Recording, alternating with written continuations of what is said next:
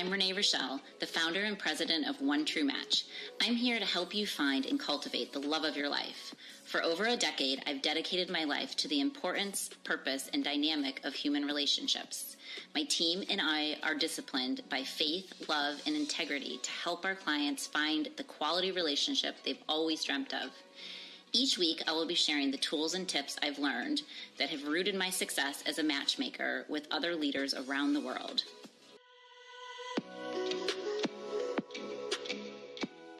Hello, loves. Welcome back. Today, as we discussed last week, we are going to talk about faith in tandem and how to strengthen your relationship through shared spiritual practices. If you have not listened to our other podcasts before, they come out every Thursday.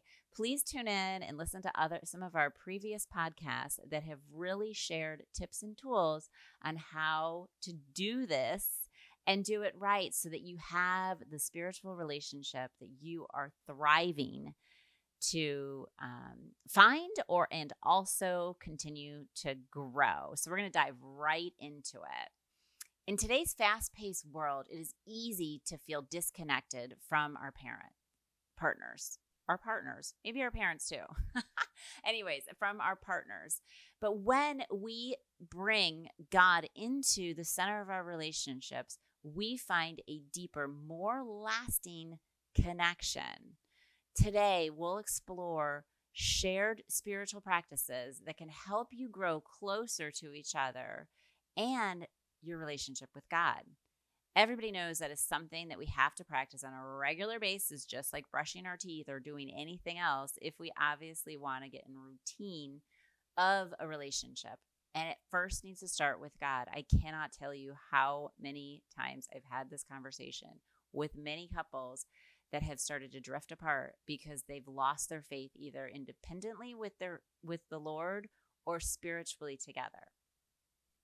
It is important to share faith as number one, obviously. Like it says in Matthew 18:20, "For where 2 or 3 gather in my name, there am I with them." That is huge to remember.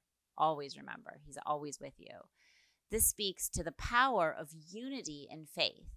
When we come together in God's name, especially with our partner, his presence surrounds us and strengthens our bond just naturally because he's so proud that that two people are spending time in his word to grow stronger together. How shared practices spiritually can lead to greater emotional intimacy, which we just did a podcast on this. So if you've not tuned into that one, definitely go back and listen to emotional intimacy in a relationship, because all of these are great tools and tips for you and your relationship. It's going to help you have better understanding with one another. And we just did one on love and respect prior too. So make sure you listen to some of those other podcasts. The important impact of praying together and studying the Bible as a couple is also huge. A course called Love Starts With You. I've been preaching it, teaching it, sharing it, and couples and singles have been taking it for well over a decade and more now. And the core principle of that course talks about, knowing your identity, not only in your faith, but also sharing that in a practice. Whether you're single, we introduce our singles to buddies to practice, or a couple dating, engaged, or married to take it singly, but then share together. A big part of that course is learning how to pray together, how to feel more confident in prayer, and to feel in a unjudgmental and safe environment, to feel uplifted and encouraged, so that you can incorporate this in your relationships on a regular basis to have the spiritual practice to flourish in all relationships, and obviously the love of your life that you want to continue to grow. Practical ways to cultivate, shared spiritual practices are, key to what you need to going forward. So one of the most intimate things you can do as a couple is to pray together. I can't express that enough. Couples that pray together stay together is my motto that I'm always sharing. Is it's not only brings you closer to God, but it also brings you closer to each other because you're sharing your hearts and burdens in the Lord's presence. It's amazing the power of prayer, how the Lord blesses us when we put that into practice and we intentionally pray, not for what we want, but asking for His wisdom and guide us so that we can put the pieces together for His plan. Other tips on how to start this practice, such as setting aside the time each day and creating a prayer journal, is another way to get into practice of maybe you're not good at expressing how to pray or saying it out loud right now, because it is something that does take practice and it takes confidence and it takes time. But then write down in a journal your thoughts and prayers and maybe share that with your partner if you're better at writing and reading than you are with maybe speaking out a feeling when it comes to praying out loud. Study the Bible together. Allow to grow in your knowledge of God's word and apply it in your relationship.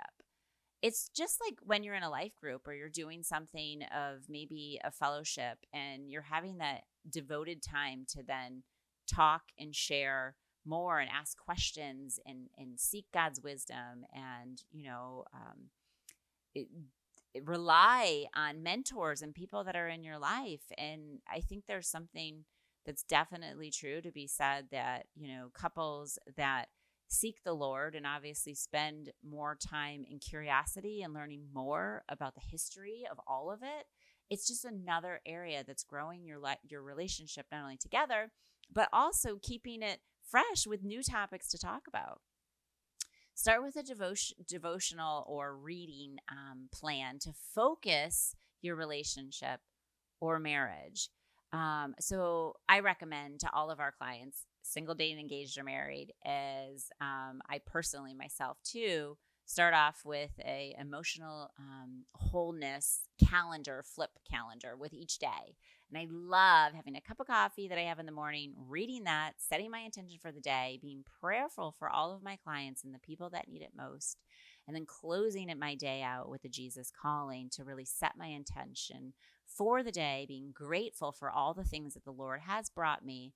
And then that's a perfect opportunity whenever it works in your schedule, whether it be in the morning or in the evening, to, pray over meals, to just have that time to connect with your mate. So you're grateful for all the positive things instead of sometimes we get caught up in the negative things that often the news can also do for us those days. So spend that time instead of being around the things that take you away from the Lord, spending that time 30 minutes a day or whatever it is, or even 15, where you're practicing this rhythm with your partner.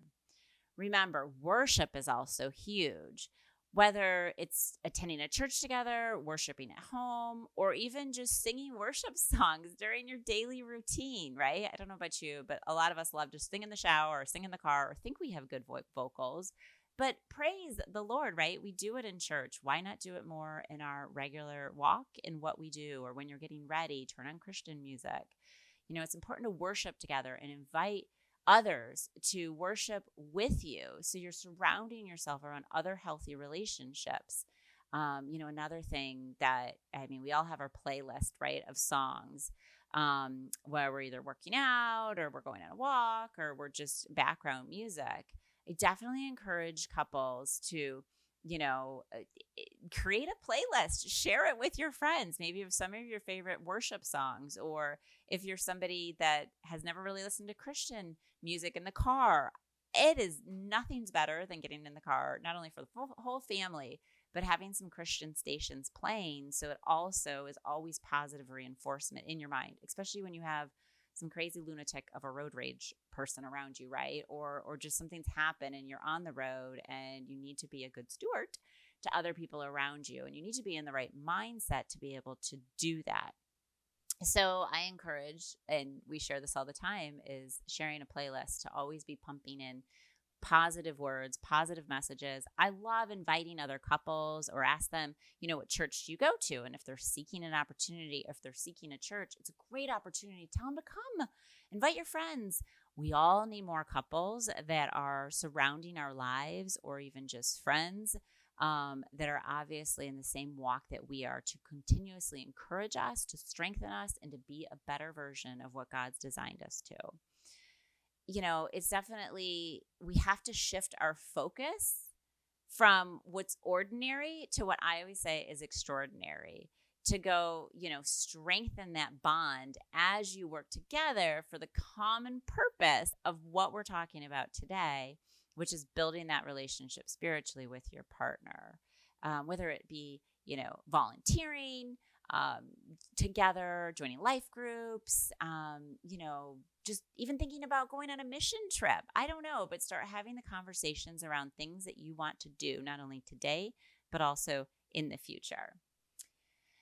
Upcoming challenges that can also come with this is obviously, overcoming obstacles, that acknowledging starting this is something that's going to take maintenance, and it's going to take something that's going to be a little bit different. But when you put it into practice and you both devote the intentional time to starting this, I promise you it will transform your relationship and the partner that you have for more of a spiritual, mature relationship that will only bring you so many more fruits of your labor for doing this, and also the reward just internally for your relationship. And when we're all so busy, I can't even tell you, there's so many times I'm like, how can I fit something else in my schedule? But when I do this and I make that time in every day, every day is so much better. So remember, even though it might be difficult to start, remember, when you start something and you continuously enrich it, it obviously is something that grows and also is a huge reward back.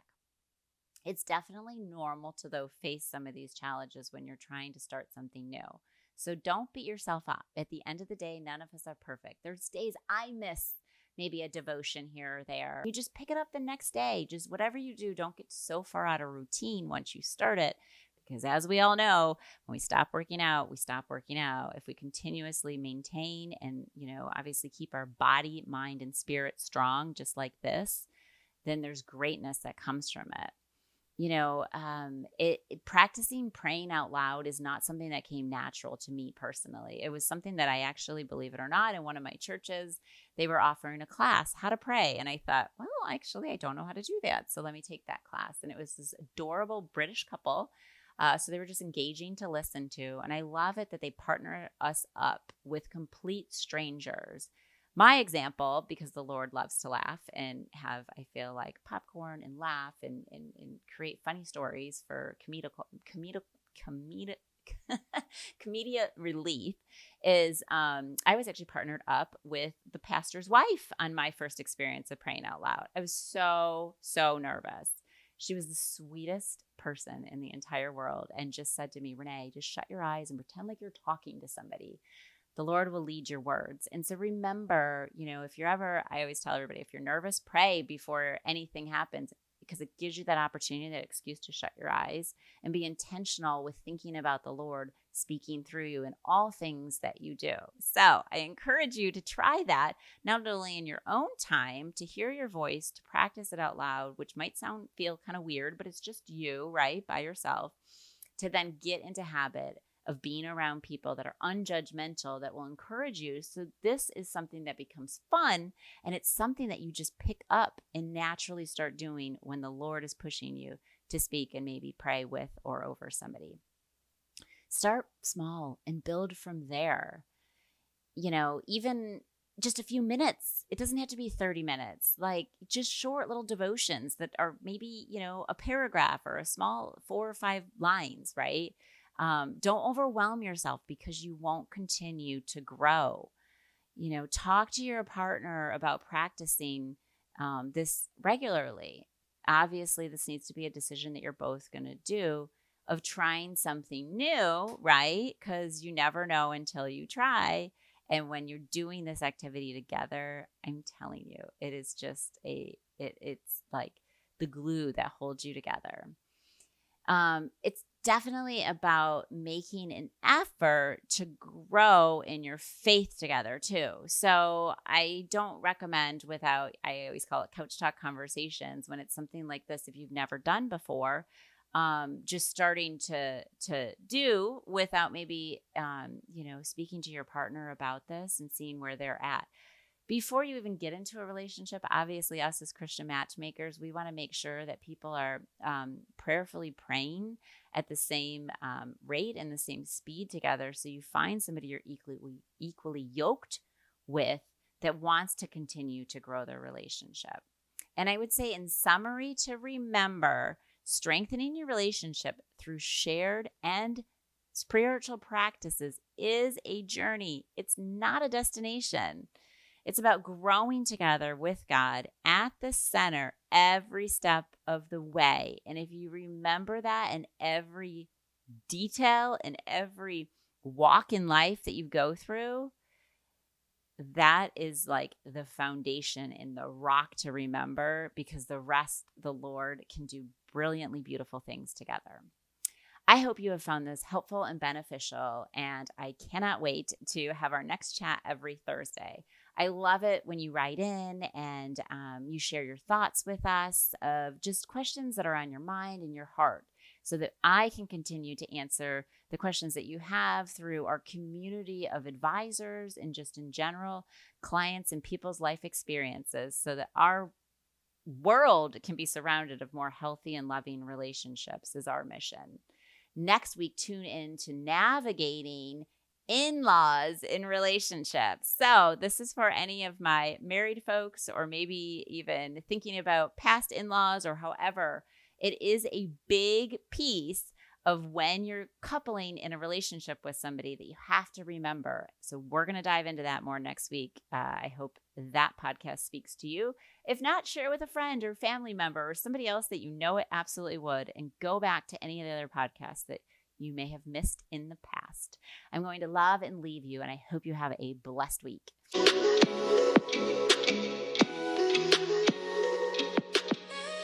It's been another great talk on this episode of One True Talks by Renee Rochelle. I look forward to our next chat. Please write in your questions and comments so I can be sure to talk about whatever it is you want to discuss in our next upcoming episode. Lots of love. God bless. XOXO.